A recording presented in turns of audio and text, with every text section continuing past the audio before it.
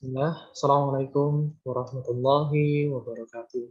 Kita lanjutkan pembelajaran kita pada hari ini, pada kesempatan hari ini, masih melanjutkan tentang pembahasan Undang-Undang Republik Indonesia Nomor 1 Tahun 1970 tentang keselamatan kerja. Saya berdoa kepada Allah Subhanahu wa taala semoga pada kesempatan kali ini kita diberikan kemudahan untuk mempelajari materi pada kesempatan hari ini dan Allah memberikan kita kemudahan di dalam mencerna dan memahami materi yang akan kita pelajari pada kesempatan kali ini. Nah, hari ini kita akan melanjutkan bab yang keempat tentang pengawasan. Pengawasan itu berada pada pasal 5 ayat 1 yang menyebutkan bahwa direktur, jadi pengawasan ini adalah merupakan direktur melakukan pelaksanaan umum terhadap undang-undang ini. Jadi direktur tugasnya adalah melaksanakan pelaksanaan umum dari Undang-Undang Nomor 1 Tahun 1970. Sebelum kita lanjutkan, siapa itu direktur? Nah, di sini kemarin telah kita pelajari, namun di sini ada catatan supaya untuk mengingat, direktur adalah pejabat yang ditunjuk oleh Menteri Tenaga Kerja untuk melaksanakan undang-undang ini. Jadi pejabat yang ditunjuk langsung oleh menteri itu adalah direktur. Biasanya seluruh pejabat yang di industri atau di instansi itu ditunjuk oleh Menteri Tenaga Kerja. Nah, jadi dia yang bertanggung jawab untuk melakukan pelaksanaan umum terhadap undang-undang ini. Sedangkan para pegawai pengawas dan ahli keselamatan kerja ditugaskan, jadi pegawai pengawas dan keselamatan kerja itu ditugaskan menjalankan pengawasan langsung terhadap ditaatinya undang-undang ini dan membantu pelaksanaannya.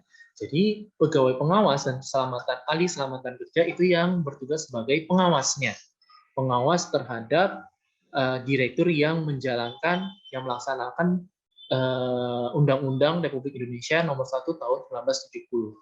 Siapa itu pegawai pengawas dan ahli keselamatan kerja?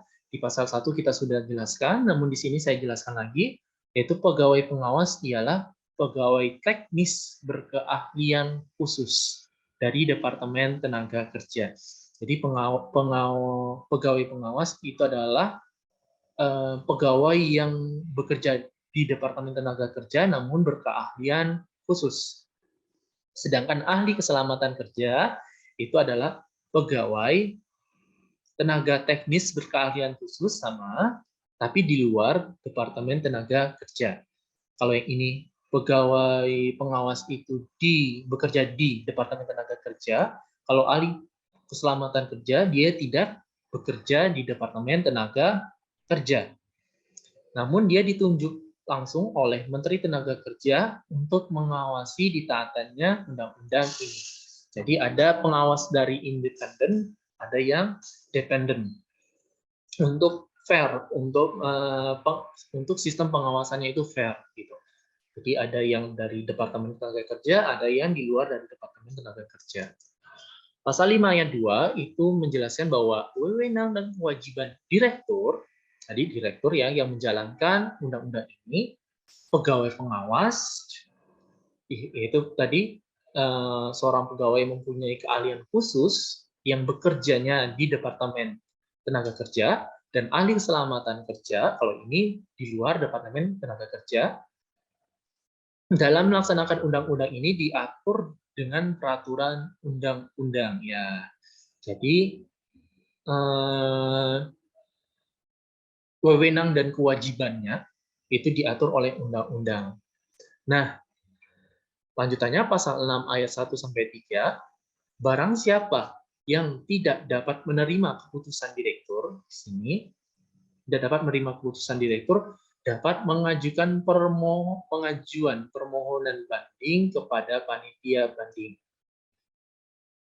Jadi kalau misalnya ada keputusan yang dikeluarkan direktur terhadap K3, terhadap keselamatan dan kesehatan kerja, dia tidak menerima, maka dapat mengajukan permohonan banding kepada panitia banding.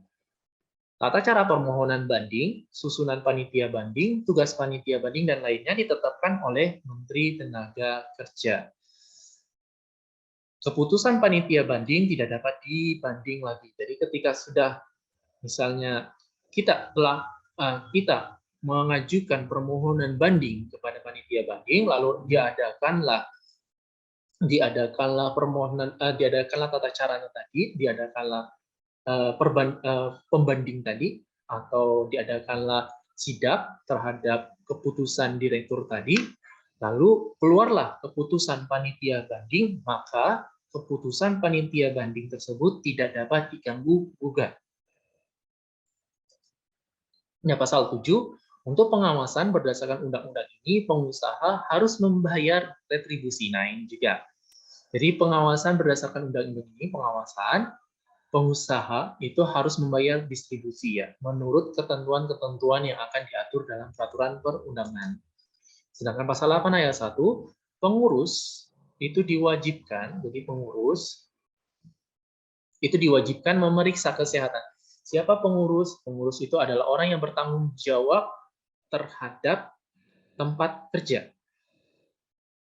Nah, itu wajib pemeriksaan terhadap kesehatan badan, kondisi mental, dan kemampuan fisik dari tenaga kerja yang akan diterimanya maupun akan dipindahkan sesuai dengan sifat-sifat pekerjaan yang diberikan padanya. Jadi pengurus ketika ingin menerima pegawai, dia itu harus memeriksa terlebih dahulu pegawainya ini, apakah dia sehat badannya, apakah dia sehat kondisi mentalnya, apakah sehat kondisi fisiknya, sehingga dapat bekerja di tempat kerja tersebut, atau dapat dipindahkan di tempat kerja yang baru. Sedangkan pasal 8 ayat 2-3, yang ini pasal 2 ya ini ayat 2, maksudnya ini ayat 3, itu pengurus diwajibkan memeriksa. Jadi juga yang awal tadi itu adalah pengurus memeriksa untuk diterima maupun dipindahkan. Kuncinya di sini, diterima maupun dipindahkan.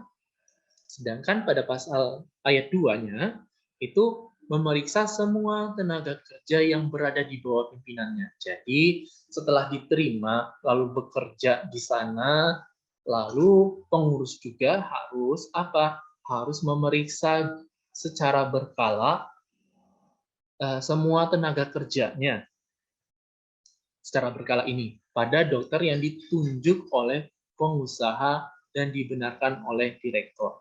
Jadi pengurus itu juga mempunyai kewajiban nantinya kepada setiap pegawainya untuk secara berkala memeriksa tenaga kerjanya. Apakah sakit apa tenaga kerjanya, lalu apakah ada gangguan mental selama bekerja, awal masuk tidak ada gangguan mental, lalu selama bekerja mungkin tertekan banget, akhirnya stres, akhirnya terjadi gangguan mental. Nah, ini juga harus diteliti atau harus diperiksa oleh si pengurus secara berkala tadinya, sehingga ya pegawainya ketika bekerja di sana dapat bekerja dengan enjoy. Nah, norma-norma mengenai pengujian keselamatan ditetapkan dengan peraturan perundangan. Nah, lalu pada pertemuan berikutnya kita akan bahas tentang pembinaan. Pada pertemuan kali ini hanya batas pengurus, kewajiban pengurus, dan lainnya. Pada pertemuan selanjutnya kita akan membahas tentang pembinaan. Pembinaan itu apa dan bagaimana di sesi pembelajaran berikutnya. Bila ada pertanyaan, silakan ditanyakan di kolom komentar. Bila ada tutur kata yang salah, saya mohon maaf, saya tutup. Assalamualaikum warahmatullahi wabarakatuh.